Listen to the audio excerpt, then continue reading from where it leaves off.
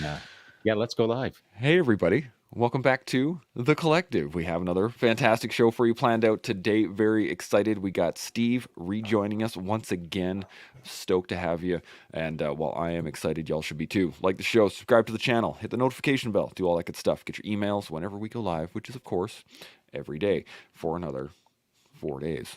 Now, if you have any thoughts, questions, comments, anything at all, by all means, put them up in the comment section and we will engage those directly, kind of like this one. Lisa jumped in here. Looking forward to this live podcast. Good to see you, Lisa. Pugs go moo. Is this time Pacific zone? It is. And if so, I'm going to have to wait a few hours. Well, we'll see you in a couple hours then. Fantastic. Today, we're going to be talking about teaching peace. But before we do that, let's get a quick intro. Steve, you want to give us a quick heads up? Who are you, where you come from, all that good stuff? 10 to 15 seconds. Go. Go. Glad to be here, guys. It's always awesome to be on the collective. Steve Wilson, high school teacher of 22 years, mountain bike coach of 22 years, adventure-y type guy who loves to take on all things that come my way if I have the opportunity to. Nice. 12 seconds. Well done. I like it. He nailed it. Came in under time. Now, so teaching peace. What is teaching peace? What is this concept? Well, teaching peace involves fostering a mindset that and skills that contribute to peaceful coexistence, conflict resolution, and understanding among individuals and communities. So, very simple, brief explanation so far today. But, Steve, when I say teaching peace, what are your first thoughts? Well, as I was thinking about coming on today, my immediate reaction when I thought about the topic was having to differentiate between the idea of teaching personal peace and then teaching sort of a social or public sense of peace. I think that those two have to be separated because it's very hard to maintain an outward sense of peace if your internal barometer for peace is not functioning in an optimal way. When we see youth in the high school or littles, or even, I mean, if a chunk of people have probably been out in the holiday traffic and in the holiday shopping over the last few days, there was an incredible lack of peace that I was feeling when I was in public spaces or parking lots or whatever the case may be. And when I had the opportunity to just engage with people a little bit, like in a very elementary sense. And this is where Shaun and I feel similarly aligned because, you know, right is right and wrong is wrong. And if somebody's acting wrong and I'm there and I have the opportunity to speak peacefully about their wrongdoing, I'm going to take that opportunity because that, I think, is what serves the greater collective. And so I had the opportunity in London Drugs. There was a guy who was definitely on tilt a little bit, and I just looked at him and I said, "Hey, man, are you okay?" And he didn't even know how to respond to me. And what I was hoping to tap into was just a little opportunity for him to have like a human interaction to help make him feel just as maybe a sense of peace or even a sense of safety. Like, hey, you're okay. Like, there's no reason to have your guard up so hot right now. So even just having that brief interaction with him publicly, I couldn't have done that unless I felt like I had a strong sense of peace personally. Because if that had gone sideways, or the fella did have an adverse reaction to my query, then if I wasn't feeling peaceful in that moment, that's when things escalate. And I feel like that's what I've been seeing a lot more of, is just people looking for the escalation because their personal sense of peace is not optimized in any way, shape, or form. I definitely am seeing it in the youth. In the last couple of weeks of school before the Christmas break, there was just escalation everywhere. And I spent, I would say, a chunk of my time just having conversations with people about what they were feeling so unsettled about. And I think peace is an interesting word because when you read it with the context that you just described, it's about maintaining almost a sense of order. Like if things are peaceful, that means the interactions between individuals are functional and peaceful in a sense of like non-confrontational. And I feel like it's okay to have confrontation as long as you can do so peacefully, and that comes from within. So that's where I think the conversation hopeful starts, is that separation between personal peace and like public and social peace. I like it. I like it. Sean, what are your first thoughts? I like all that. There's lots there to dig into for the Mm-hmm. rest of the podcast for sure. The thing that comes to mind when I look at peace, teaching peace, is whether it's going to be taught actively or passively.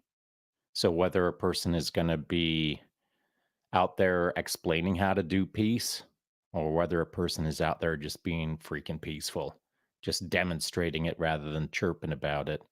And they're both powerful. They can be used combined. They can be used to illustrate or teach through actively teaching, or they can be taught through passively demonstrating. So active and passive peace.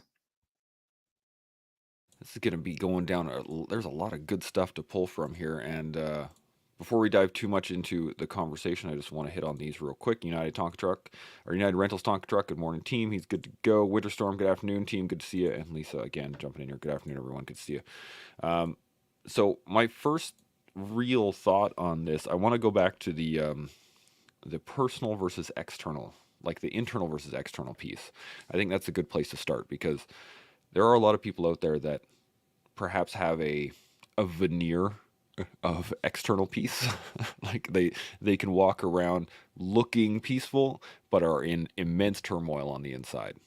And that creates kind of a vibe that is difficult to interact with when you are at peace. In my opinion, it's very difficult to interact with those people, because there's not a lot of depth to engage in that, to sit in a peaceful moment with someone else that doesn't have that internal peace. But what are your guys' thoughts on interacting with other people with that internal versus external peace aspect? Steve, I'm going to come to you first. What do you think?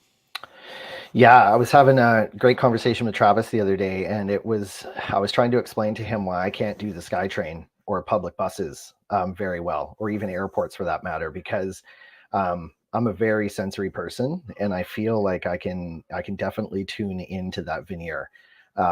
Like, people just put off a frequency when you can feel an internal turmoil, and I find that a challenge to be around. More so because I feel like, just based on situational awareness, I don't like to be around energy that feels like it can escalate. Or I find that challenging to be around, because it's like, then I'm constantly on alert of, okay, where could this possibly go? What are the possible outcomes? Like, I went to a great punk concert, but I had to take the SkyTrain down to Maine and Hastings. And that SkyTrain was packed because we were traveling during rush hour to get down there. And it was just like I was a tuning fork the entire time down there. And what I actually had to do was tap into my own sense of peace, because I was feeling such an active energy from the group of like the collective group of people in that tight space. And everybody just felt busy. Everybody felt pressured. Everybody felt like they were just trying to survive, if that makes any sense. And so it actually almost felt like a bit of a threat to me on the inside. And so I had to use some kind of tools to mitigate my reaction to it, because it was such a strong feeling. So if those situations are one-on-one, like, you go to a social gathering or a Christmas party, as it were, just because we're coming through the holidays, it's like I tend to just kind of find my one person that feels peaceful to me. Externally, they have a sense of peacefulness that I can sort of vibe with, and then that's where a conversation for me starts, and that's how I help break myself into the social group, because I just find that one person that's putting off a good vibe versus sort of that fake veneer vibe. Do I wish I had greater tools, or a greater, and working with youth, it's easier because they're less, they're easier to access than adults are at this stage in their lives generally, except for the really hard kids. But I feel like I have a greater access point with the youth than I do the adults. And so I just try and find that kind of the most extrinsically peaceful person that I vibe with, like I can actually feel it on them, just kind of start, if that makes sense. Yeah, absolutely. Shaun, thoughts on this? Yeah, I think that, and to play off what Steve is saying, and I understand completely where he's at, because we just came out of freaking Kyoto, where there's a boatload of people trying to get on subways and all of that good stuff. And, everyone's crammed up all up in everyone's grill. And if someone's giving off a weird vibe, well, guess what? You're trapped next to the weird vibe guy. Just as Steve said, the SkyTrain. Well, it's like the SkyTrain on steroids in Kyoto in parts. So to teach peace or to feel peace, you've got to understand how to teach danger or feel danger. And so there's a lot of people out there that think they're dangerous, and they give off a not peaceful vibe when they're the furthest thing from dangerous and it's all a facade. Do I need to say that sentence again because it's so freaking impactful? So, some people ask me, when you're in these moments, do you ever get like concerned or do you ever get worried? Do you ever get scared? Do you feel fear? And my response is, not really. I'm probably the most dangerous guy on that train because that's how I think. Because I'm comfortable in my own skin, because I know what's up, because I'm trained, trained on a train. And so I don't have to worry about what happens in front of me because I feel like I've got it under control. I don't have to worry about the near future because I'll freaking create it. And so the feeling of being unsafe to me is uncommon or is rare or is unusual because I feel I'm like I said, I might be the most competent person on the train in that train car at that time. So who's going to do what? Pull out a sword and start swinging it? Well, okay, no big deal. I've faced that. What are they going to pull out nunchakas or shuriken or guns or pull out a cat and start swinging a dead cat? No big deal. Not too concerned about any of that. And so, what would it be that would concern me? Things that are, crazy sort of comic book nonsense that I'd probably blink and think, well, I guess I'm going to have to deal with this.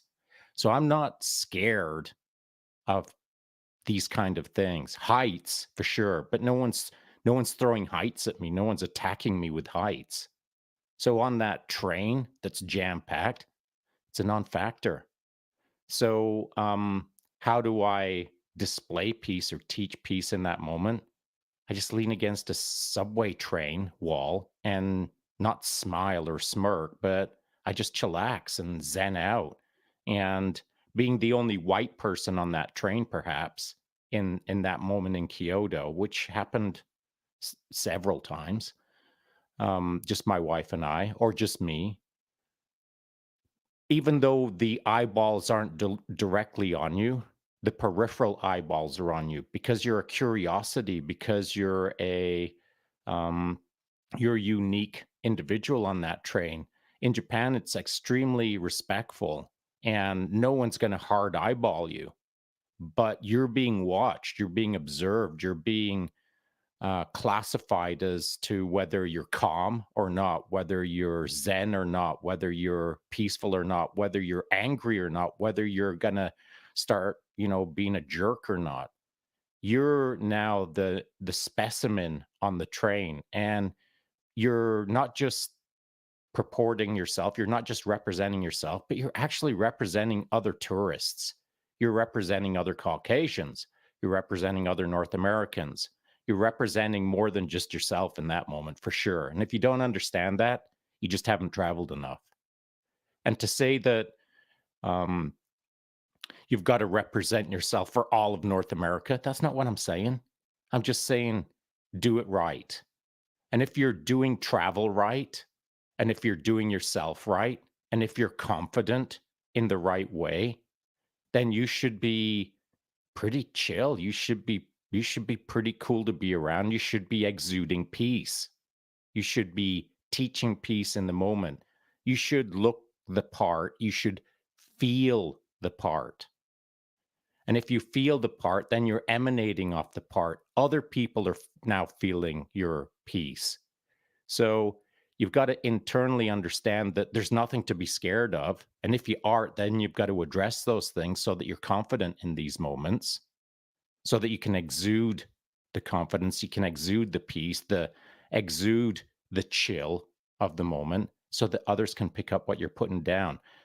I don't have to walk onto a really, really, really busy subway train in Kyoto and start briefing the car on how peaceful I am. I've just got to walk in, lean against something, look around me, maybe even nod at someone, and then just chillax and be peaceful. I like that. I would love to see the train car that you walk into. And all right, everybody, listen up. I am the most peaceful person here. And that just immediately is going to set it off. It's interesting you bring this up. My brother spent a number of years in Korea, and he used to tell me all the time about how people would come up and get pictures with him And he had no idea why for the first little bit. It wasn't until he realized that, well, he's 6'8", right? He's not a small guy walking around in South Korea. He was an anomaly, right? People were curious at the fact that someone could grow that tall, and they wanted pictures with the, and look at the giant, right? I want a picture of the giant. And to your point, Shaun, if he had been not at peace in those moments, had not made peace with himself in those moments, he could have been a jerk about it. I mean, like, no, I'm not getting a picture with you. No, get away from, like, and it would create an animosity there that isn't necessary. But to be able to dial into that moment, find that right vibe, and yeah, absolutely, and take pictures and shoot off little hand signs and do all kinds of cool stuff to engage the people around you, that if there was any sort of trepidation, or if there wasn't a peaceful vibe there, you can actually lower the the nervous system of those around you just by being that much more peaceful. I think that's a great point. Steve, you got any thoughts on that? Yeah, I want to return to this idea that both of you are putting out there. And there's a quote I heard very early in my career that honestly has stuck with me. And it's one of the ways I try to conduct myself in life. And it was teach in every moment. And if you have to, use words. Right. And for me, that quote has always resonated. And especially in parenting, right? Like the topic of teaching peace is, when you think about raising your littles, it's like they're watching constantly. Like Shaun was being observed on the bullet train in Kyoto, if it was a bullet train. Our littles are watching us constantly, and how I react to things, or how my wife reacts to things in front of our kids, seems mission critical to me. And coming back to this point of like active versus passive teaching in relation to peace, I think that they have to go hand in hand, because peacefulness is very much a feeling that is tangible. Like, to me, it's like if I see Shaun leaning up against the pole on that train and I make eye contact with Shaun, which I try to do, I try to make eye contact with the world around me, because I believe that eye contact and our facial expressions and our body language is a tremendous ability. We have a tremendous ability to display our intention through those things.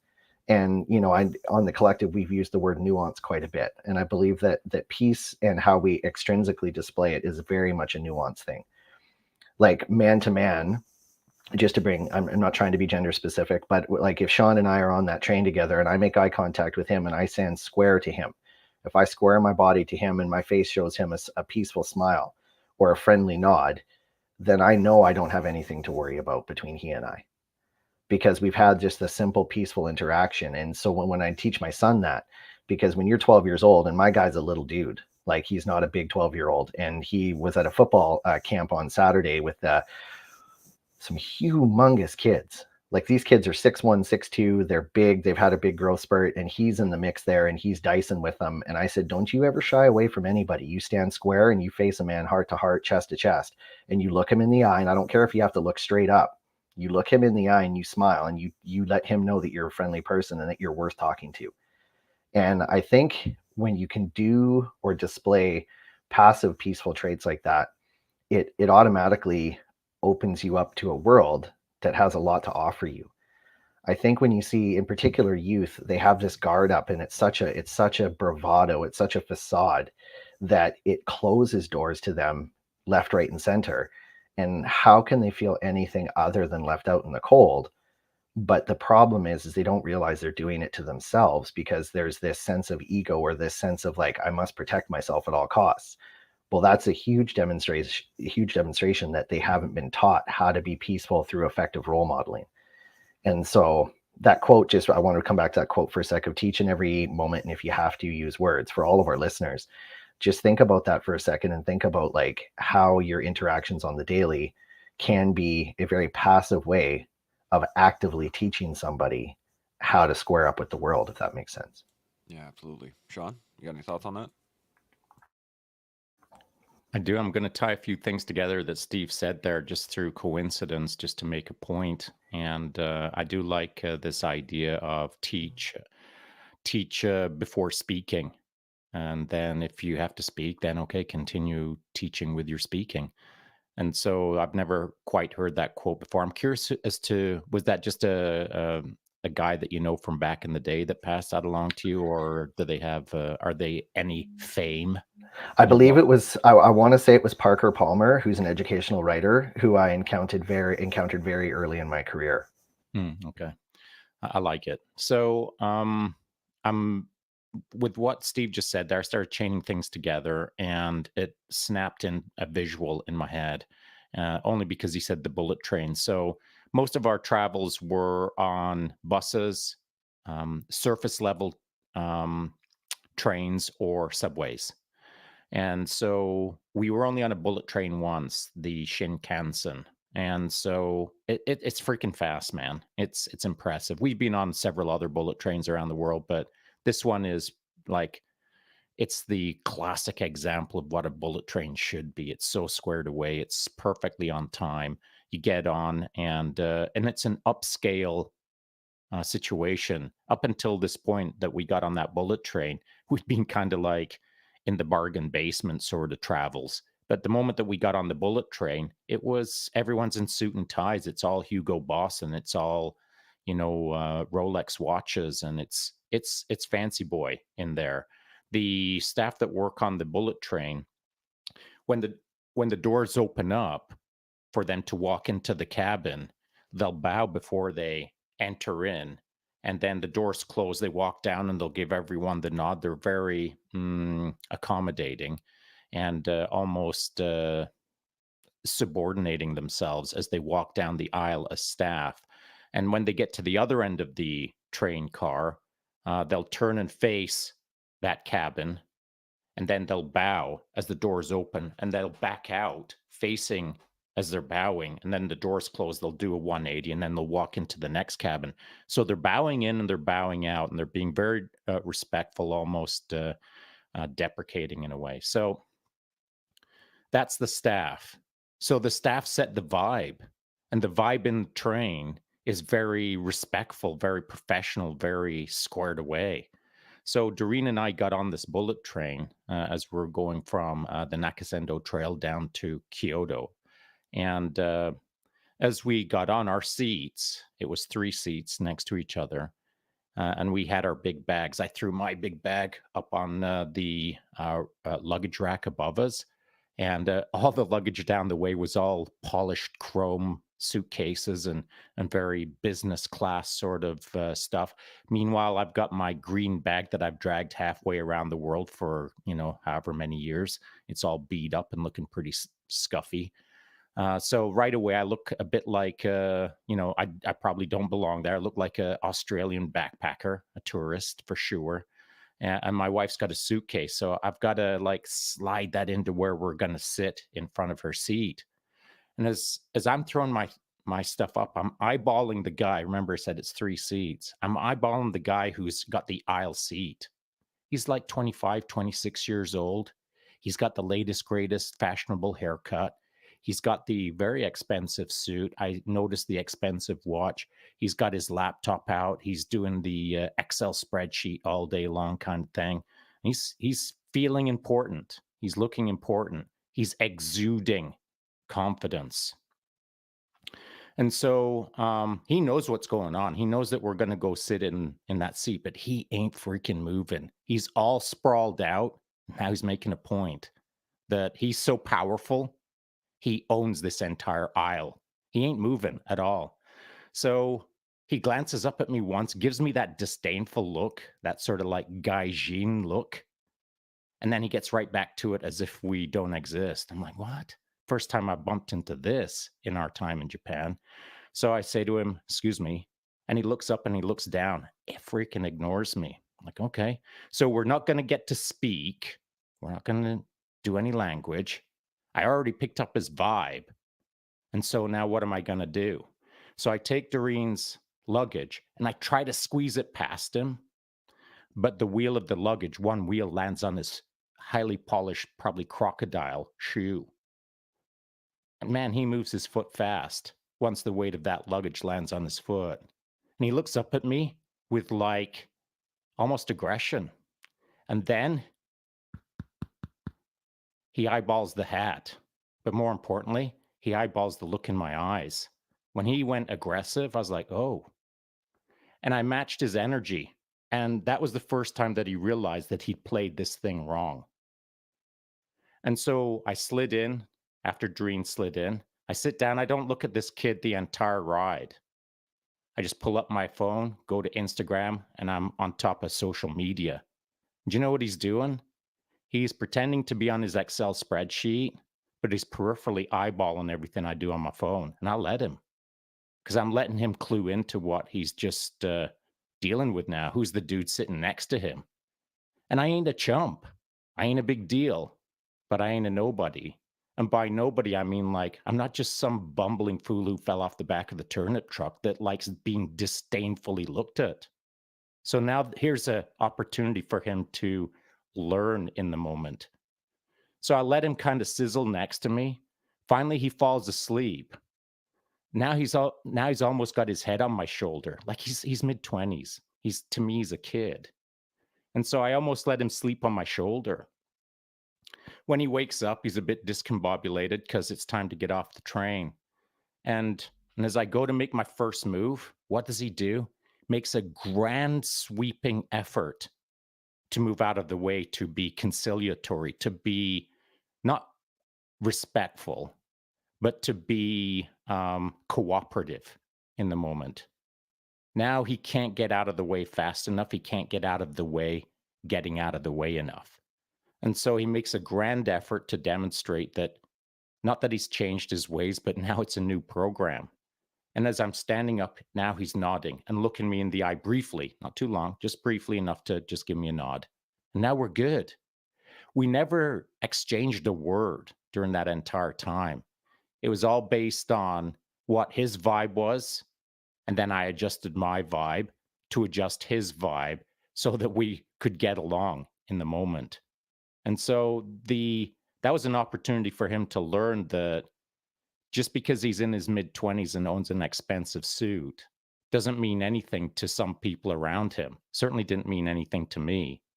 And so bit of a lesson for that kid in what his idea of, he was going to impose his idea of the peacefulness of the moment versus what my idea of, man, I just want to get along. I just want to sit down and get to Kyoto, and if we can talk, that'd be cool. If we can smile, that'd be cool as well. But I'm sitting in the seat, bro, so try to get along. The peacefulness of the moment doesn't mean that it's Christmas carols in the background where everything feels like super vibe. Peacefulness sometimes can just be as simple as, I'm not going to throw you off the train. You get to stay on the train today. And so peacefulness doesn't mean that it's all angelic cherubs singing in the background. It could just be as simple as, let's agree not to choke each other out right now. Let's agree to just take a deep breath and coexist without any violence. That in a form is peace. And whether it's being taught in the moment, demonstrated in the moment, whether it's passively vibed off in the moment, is kind of unimportant. The fact remains that peace isn't sometimes the Harlequin romance Christmas card that everyone considers peace as.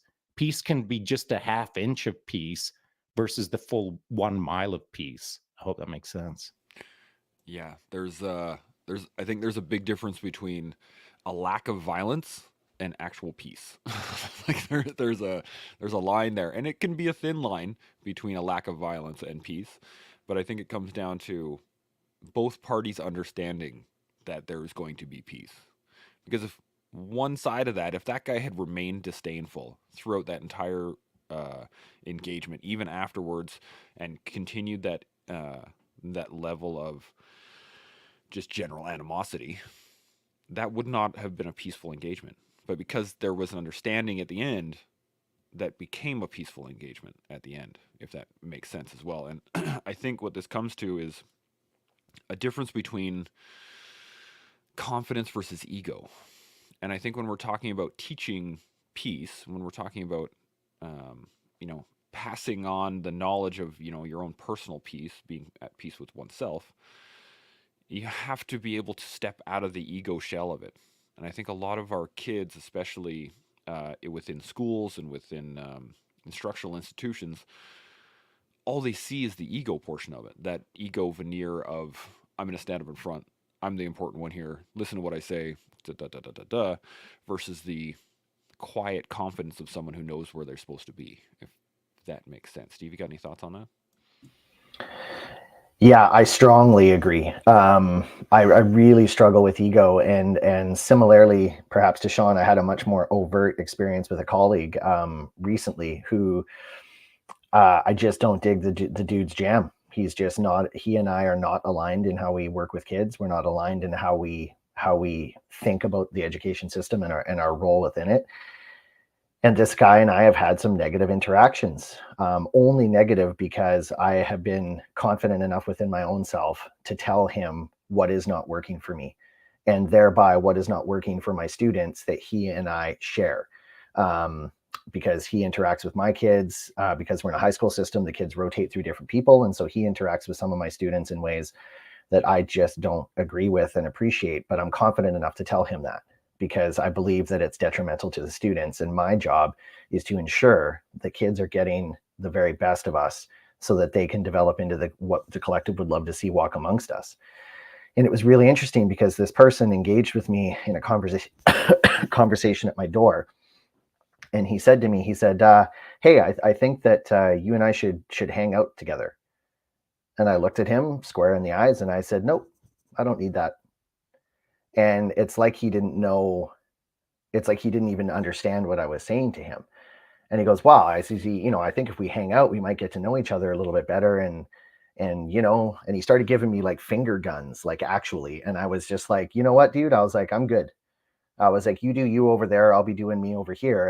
And let's just keep the heart of the matter at the center of that. And that's kids.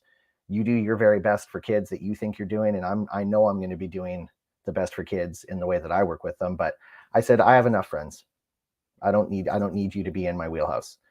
And the fact that he couldn't leave it alone. Like he just couldn't, because what he was driven by his ego. Everybody must like him. Everybody must be sort of under his umbrella. He must be the center of attention in terms of how he does and executes on his work. And that's just never going to be me. I just can't be around that. I find it self-destructive for myself and destructive to the people around him. And so I was coming from a place of confidence because I know what I bring to the table, but his ego wouldn't even allow him to hear the words. And so I actually ended up saying, I was like, you can walk away now because this interaction is not going to go any other direction than the way it's going. And outwardly, I wish somebody like another colleague or a peer had been hearing this interaction just to make sure I could check myself and make sure like, hey, was I totally offside in that, or was I on the right track? But unfortunately that opportunity wasn't there. And so I reflected on it quite a bit. And I feel like confidence is a must, and ego must be killed at every opportunity we have to kill it, because what it does is it becomes the barrier to actual learning. It becomes the barrier to actual peace because it's not for you. Ego becomes about and for someone else is how I've always viewed it. And how can you be peaceful inside if you're always worried about what other folks are thinking? That is a great point. Shaun, you got any thoughts on it? Yeah, I think you got to think about peace and you got to demonstrate peace and got to try and be peaceful and try not to hang out with people who are jerks. Though that's a pretty simple recipe, but it's a really elusive, simple math problem. To write it down on paper, it all makes sense, but to actively pursue it, it's like a lifelong journey that has a lot of nuance, and sometimes I've done it wrong. Sometimes I think we all do it wrong. And so the active pursuit of better understanding how to peacefully move through the world is perhaps more difficult for a high school teacher than a tier 1 operator. I don't know. I think it might be. But maybe it isn't. Maybe your hallways are freaking carnage on the regular, So maybe it's harder for you than it is for me. I'm throwing that out there to start creating the contextualized process within Steve, within anyone who's listening right now, to think, Oh, yeah, I am a high school teacher. Oh, yeah, he was a tier 1 operator. Oh, yeah, I wonder who had it harder. It doesn't actually matter. I'm just throwing that out there to get the ball rolling. It doesn't matter because I'm sure everyone has faced enough challenges in their life that they've botched it. They've botched peace. I know I have. I'm going to guess that Steve has. I'm going to guess that Chance has. So it's what you do when you botch it and whether you learn from botching it. And that takes reflection. And so as Steve was telling his story, what I was thinking is that dude who walked up on Steve just hasn't sat down and thought about all the times he's blown it. Like, I'm sure that it probably isn't his first conversation trying to like square it up with someone about how awesome it is that they're going to be new friends and teach each other karate in the garage over the afternoon. That just ain't the way life works, man. Life does not work like that. You can't roll up like it's a Hollywood movie and start holding hands within minutes and now you're besties. Life don't work like that. And so if you're out there trying to make a conciliatory effort or you're trying to move closer to the center point of a peaceful relationship with someone, it should take time. It should take small efforts. It should take more time thinking about how to do it right rather than less time thinking about it and more time trying to make it right. You got to think before you try in this instance. But the action has to occur, of course. You can't plan all the plans and not do anything about it. But in this case, spend more time planning or thinking before you take that first step towards a Steve or to me or to Chance or to your neighbor to start talking about, remember that time I really screwed things up? We should probably talk about that. And so creating a new safe environment, a new safe relationship, if it's a being blown once and you're trying to create a new version of a relationship, it shouldn't be bam bam bam bam back to back efforts without a pause 2 3, a tactical pause to consider, man, I blew it again. That's the 37th time I botched this. I've got to do it right on the 38th. That's the time that you should be taking a moment to think about how to build a better relationship. And so peace is not, again, this idyllic Hallmark card moment that goes from 0 to 100 miles an hour in a split second. You kind of got to ease your way into creating a peaceful environment, I do believe. 100%. Can I jump in there, fellas? Giver.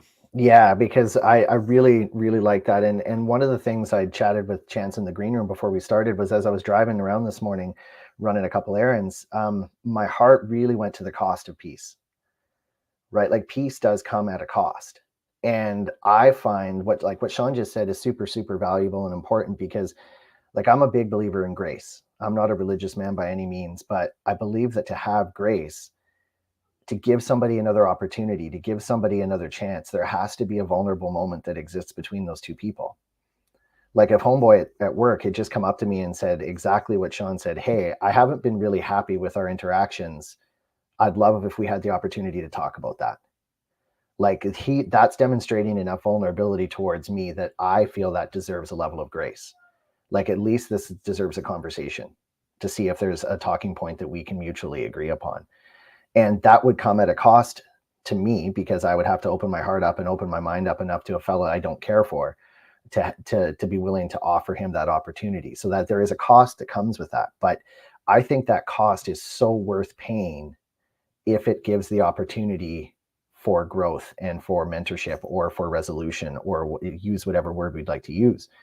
But it can't exist unless there is that moment where one of the two is willing to be vulnerable enough to say, hey, like I did blow it. I mean, the amount of times I've said I've blown it to friends or to colleagues or to students.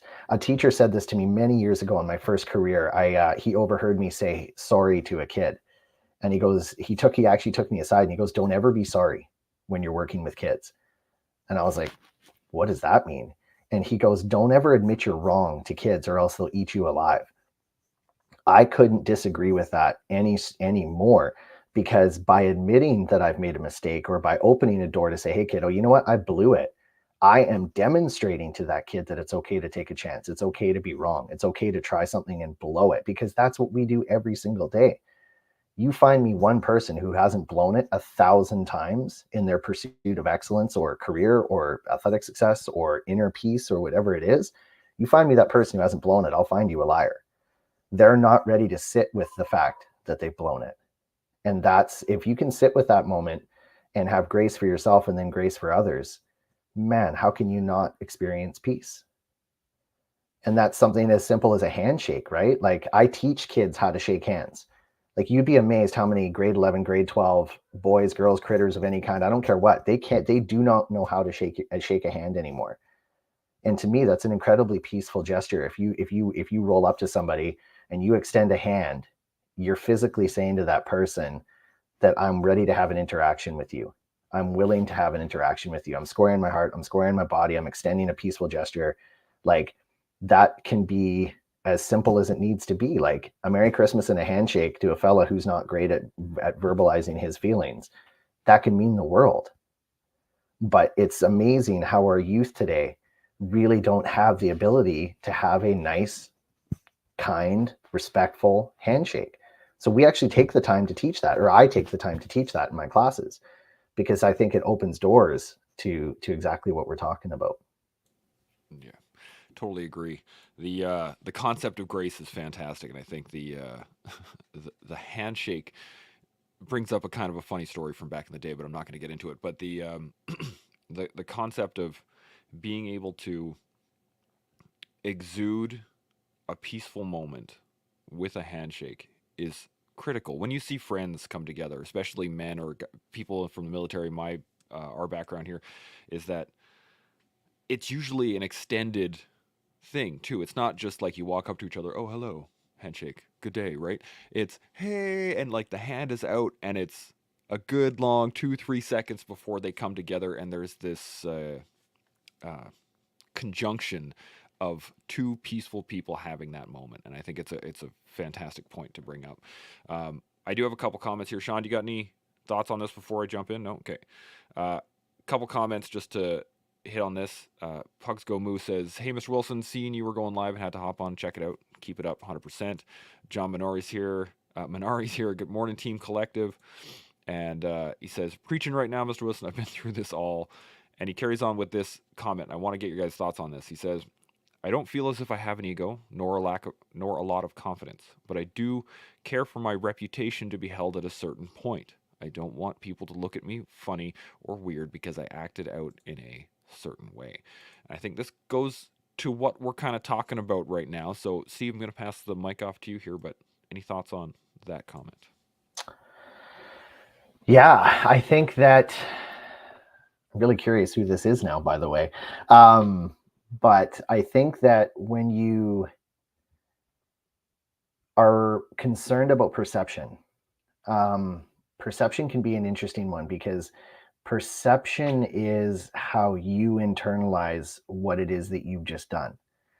And I think that if you come at things with looking through a lens of I'm doing my best, like look at the tagline on our screen right now, every moment do your best every day. If we're behaving and conducting ourselves in that way on the daily, then there's an incredible amount of peace that we sit with, or can sit with, if we truly believe that. So Pugs Go Moo, I mean, your reputation is only as strong as you believe it is based on your actions. And whatever anybody else thinks about that in the moment, you don't have any control over it either. So internalizing your actions, knowing you're doing them for the right reason, let the world perceive it how they want to, because you know you were acting with true intention. You were doing it for your right reasons. And not everybody is going to vibe with that. And that's entirely okay. Because what'll happen is, as you age and as you grow into this world, you'll find your tribe. You'll have your people around you that feed you in a way that fills your bucket, as opposed to taking it away. Does it hurt when somebody says something hurtful? Absolutely. Does it hurt even worse when it's a rando who's sending you messages via Snap or an Instagram DM or something, who's got nothing positive to say? I find those moments easier to handle personally, because they don't matter to me. because I know what I was doing with the intention of my words and my actions, and I can live with that for sure. Absolutely. Shaun, you got any thoughts on this one? I do. So, Pugs, I'll break it down pretty quickly. You don't feel as if you have an ego. You do. And it's evident that you've got one based on what you just wrote. And I'll get to that in a sec. Nor a lot of confidence. Well, confidence is based on what you've done in life. And if you've done some rad things, then you probably got some confidence. And if you haven't done much at all, you probably don't have much confidence. So if you're seeking more confidence, then start doing rad things. But I do care about my reputation. Well, your reputation is based on what you've done in the past and what you're currently doing right now. In fact, your reputation is being built this very second by being involved in the Collective podcast. You're building a reputation right now. The very next question that you ask will build your reputation. The question that you've got written down here right now is building your reputation. As I look at your question, it shows to me someone who's curious, who's exploring, who is in the game of asking questions and looking for feedback. You're engaged in life. So your reputation with me is already a pretty positive thing. And so it might not be positive tomorrow if you screw things up and you ask dumb questions. And they always say, no question is a dumb question. Believe me, there's dumb questions. But the fact that you're asking questions is an indication that to me that you're in the game. So your reputation is starting to precede you. If you show up here tomorrow and I see you listed as a viewer, but you haven't asked a question yet, your reputation has already preceded you based on this question that you asked just now. And so that is reputation. Reputation isn't just what gets done in the moment by your name, it's what precedes you. So if I'm going somewhere tomorrow and that tomorrow knows that I'm going there tomorrow, well, my name has already preceded me. They are already thinking a certain way. They're already doing certain things prior to me getting there because my reputation gets certain things done before I show up physically. And so there's a difference between ego and reputation. Your ego is sort of a construct, but your reputation is action-based past. So if you've done a lot in your life, your reputation can get a lot done in the present and the future. That's not your ego. Your ego doesn't do anything other than sometimes spoil the party if you've got too much of it.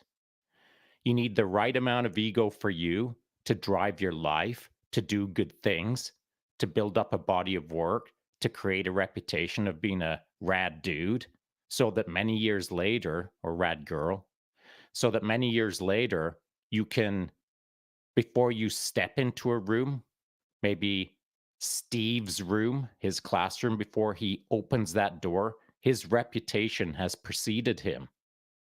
And he's getting things done as that door opens. And all eyes lock on him and think, oh, good. It's our favorite teacher. This is going to be a good class. This is going to be a good day. I'm going to learn things. I'm going to be better for it before a single word is spoken. So Steve can have a peaceful classroom, being taught well, simply based on his reputation doing the work before he does any work. But all the work was done in the past. So as he slides up to the podium at the front of the classroom, even though he's not said a word, his actions are based on millions of words over the decades before that moment. And so your ego is an entirely different thing than your confidence or your reputation. Now, if you think that people are looking at you funny or weird, or if you don't want people to look at you funny or weird, chances are you are not ready or not considering a growth mindset enough. If you're constraining or constricting your actions so that you are, I'll call it, walking a safe trajectory that doesn't allow anyone to look at you a little weird or a little funny, now you're playing a safe game. There's nothing wrong with that, but you're just playing a safe game. The safe game doesn't allow you to grow as fast.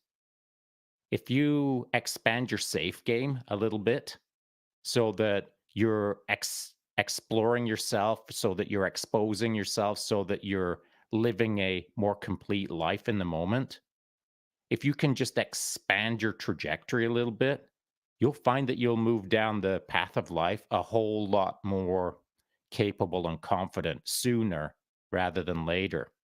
And by facing more, by doing more, by not being overly concerned with people looking at you funny or weird, you're going to do more things. And that more things gives you more confidence. And that confidence then builds into a reputation. And now we're back to that point where you're getting things done before you open that classroom door. And so just a few things that I'm picking up in that paragraph that we could probably spend most of the podcast talking about. Yeah, we probably could. I think on top of that is that, just as a addition to what you're saying, Shaun, is the fact that as the confidence grows, I think your peace increases as well. Because as you become more confident in what you're doing, you spend less time thinking about, there's less turmoil, which gives you a sense of peace. And at first, it's a small veneer, right? That confidence assists in finding peace. And then once you can tap into that peace and start learning about it, as he's doing right now by asking questions and developing himself, that starts to build into a larger scale, full body peace, if you want to put it that way. Steve, you got any additional thoughts on this? Yeah, I do. I just I want to just, if it's okay, I just want to read something that I haven't launched to the kids yet, but is my New Year's kind of opening. And it goes like this: I'm not intimidating, you're intimidated. There's a difference. I'm not mean nor aggressive. I'm honest and assertive, and that makes you uncomfortable. And it's not me that makes you uncomfortable. My presence challenges your comfort, and I will not be less for you to feel better about yourself. And I think that, to me, that's like a really poignant thing to understand about ourselves, is that shrinking so that others don't feel uncomfortable is not useful to the world. Us being the very best version of ourselves, whether it's by reputation, by whether it's developing confidence, us becoming optimal versions of who we would like to see ourselves become. Yes, is it challenging? Does it freak other people out? It can. But we should never shrink so that others feel uncomfortable, because we're robbing their opportunity to grow themselves. That really feels like that's my life's work, is to have people understand that being the best version of you is actually the best service you can give to this thing we call the world. And I think I'm not sure how to word this, and I'm gonna trip over it because it's just hit my brain. But like, remember that reputation is not judgment. Reputation is exactly what Shaun described. It's the collection of things that have made you who you are, that people are maybe not drawn to initially, but it's because they haven't done the work right there beside you yet, but they know it's coming. Those are very kind words that Shaun said, that about, perhaps how I've conducted myself and how I try to conduct myself. When kids see me walk into a room, they know they're safe. They know that room is there for them and I'm in service of them. But we're going to do it together. There's no, you can't shirk the work. There's no easy way around it. The work is the work, and that's what we're going to do. But I think that people nowadays are so quick to judge as opposed to understand a reputation. Like it's much easier to be hurtful and judgmental than it is to actually internalize somebody's reputation and feel their confidence and recognize the work that's been done, because it can potentially make us feel less about ourselves. Like, if Shaun walks into a room as a tier 1 operator, people are automatically going to be drawn to it like crazy, or they're going to be, and this is just my belief, they're either going to be drawn to it like crazy, or they're going to be turned off of it because it's so profound they can't understand what it is, so thereby they must judge it. And I really want people to be aware that if they just can sit with themselves and be peaceful enough internally to experience somebody, pardon me, they will have such a golden opportunity to try somebody on that can add so much value to their lives, so much value to their growth. The young fellow on the train who's all fancy dancy, and he's sitting there with his fancy value-based system of living in his suit with his watch and his fancy crocodile shoes. He had an experience that if he had opened himself up just a little bit more, man, could he have had a great sit down with somebody who has such incredibly unique life experience that probably would have been shared, because Shaun seems to be giving of himself in service of others. And that to me is like, what a wasted opportunity for that individual. Even though it was peaceful, could he have had such a more enriching experience in that train ride? And that's where it's like, let's recognize reputation, but keep judgment off the table. But let's make sure we're not shrinking ourselves so that others feel comfortable. Yeah, I think that's a great point. Shaun, you got any additional thoughts on that? No, Steve pretty much hit it on the head. The fact remains that if you want to change the world, if you want to create more peace, if you want to make the world a better place, you got to be you, and you got to be confident with who you are, but not so egotistical that you're not drinking your own Kool-Aid, and allow your reputation, as Steve said, to kind of let things happen. And that guy did miss an opportunity on the train, as did I. A two-way highway communication where we could have both learned something during that trip. And I would have done it easily, happily, casually. And it doesn't matter what that kid was into, go-karts or martial arts or flying kites. I've done all of them. Whatever it is that that kid has in his life, chances are I probably know something about it because I was 3 times his age. And so, not quite, but almost. And so, you can always find commonality. You can always break down barriers, but it has to be a team effort. I on on on peace, while you're trying to teach it, there's a certain line in the sand where I'm done because I feel like no one's participating in the moment, and I just can't be a beacon of peace emanating it on the regular because it's draining if it's a one man show.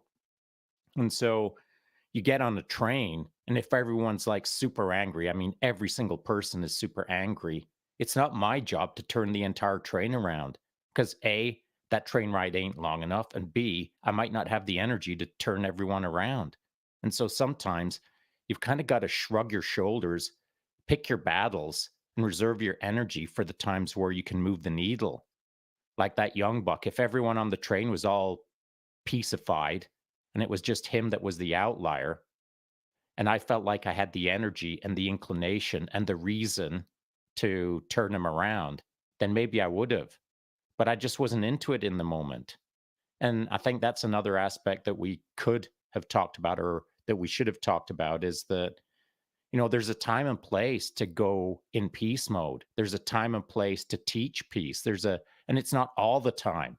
It's not constant send, because that's annoying to some people as well.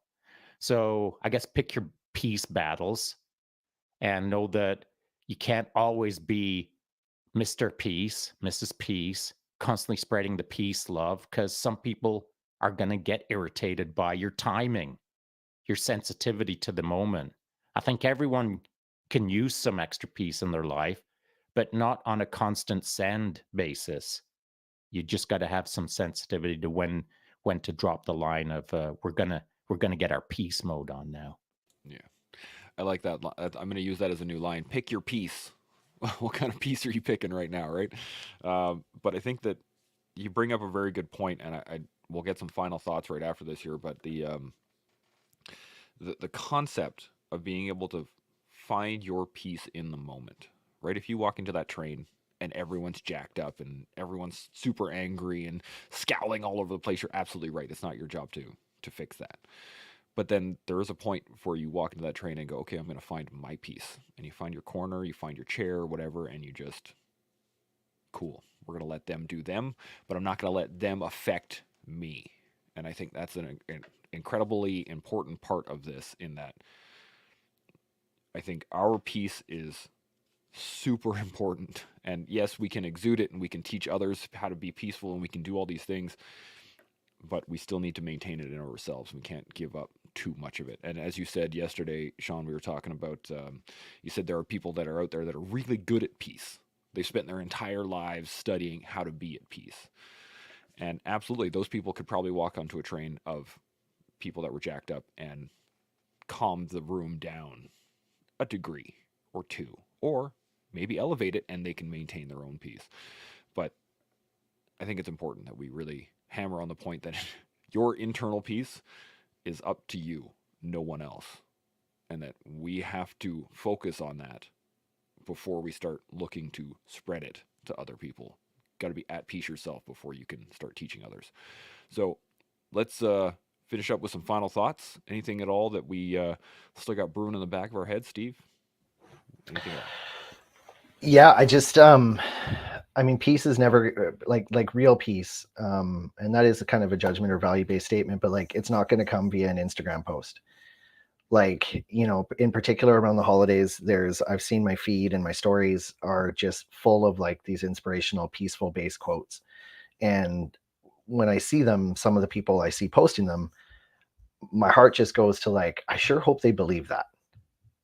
Like, I sure hope they're living into or leaning into what it is they're posting, because it's super easy to repost something onto your story or to make a social media post, but that's not where the work lives. The work lives in the actual internal feelings of peace that you can have if you practice them. So like having a mindful practice, having I mean, I'm not a breathwork guy, but have I messed with enough breathwork to understand that it actually absolutely plays a role in helping me mitigate my physical reactions and my physical peace in moments where I'm on the train? Absolutely. Like, I have tools in my toolkit that allow me to have the peace that I know that I need in my life. And just for our listeners out there, and whoever you are, wherever you are, actually practice living into peace. Lean into a mindful practice, lean into some breath work, lean into some journaling, because I think what will happen is when you can get the stuff in here and in here outward, it helps create a calm in your body that allows you to then focus on a sense of peace. Absolutely. Shaun, final thoughts? Yeah, I'm going to use a quote that I've said 1 gajillion times over the last 2+ decades, and it's this: train in peace as you would for war. And so I know that's a tough one to drop right at the back end of the podcast, because again, that would be a redonkulous long conversation. But train in peace as you would for war. If you want to be peaceful in your life, you've got to face some adversity. If you want to be peaceful in your life, you've got to get more resilient. If you want to be peaceful in your life, you've got to have faced enough hardship that you understand what peace feels like. Peace is not something that you're just born with and float through the world with like unicorns and rainbows peace. If you've faced enough difficulty, now you have some contextuality against what feels better: hardship or peacefulness, war or peace, war within yourself versus peace within yourself. You've got to like pursue life at a velocity that you learn lessons from life. One of the lessons that you should learn is train in peace as you would for war. For Pugs Goo Moo, or the young individual who came on with that great question, that doesn't mean that he's got to throw on his combat jacket and go out and do an obstacle course right now in his backyard. What it does mean, he or she, what it does mean is they now have to face some additional adversity in their life, in their classroom, on the way to school, on the train, in their hobbies, in their house. They've got to pursue a bit more so they understand how easier life can get.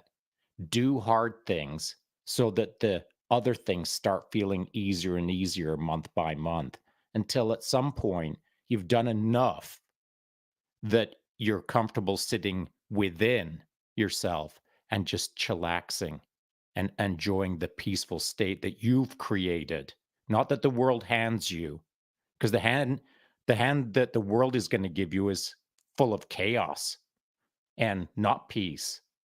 It's for you to do the work to create a peaceful environment within yourself and around you if you're truly going to pursue peace.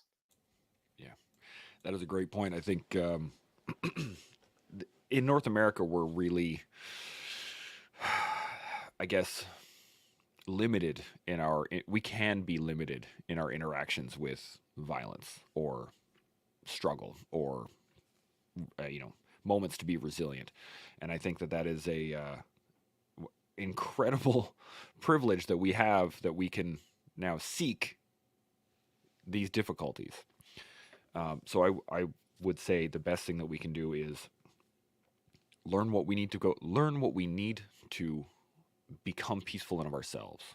That's the first step. You got to learn what that is, which means you got to learn about yourself, which means you got to be able to figure out where you are peaceful. And then you can build upon that, and you can start applying that to other realms of your own life, which allows you to grow into the person that you can be, your best, right here. So you can do that every day with us here on The Collective. We'll see you tomorrow. Chimo. Chimo.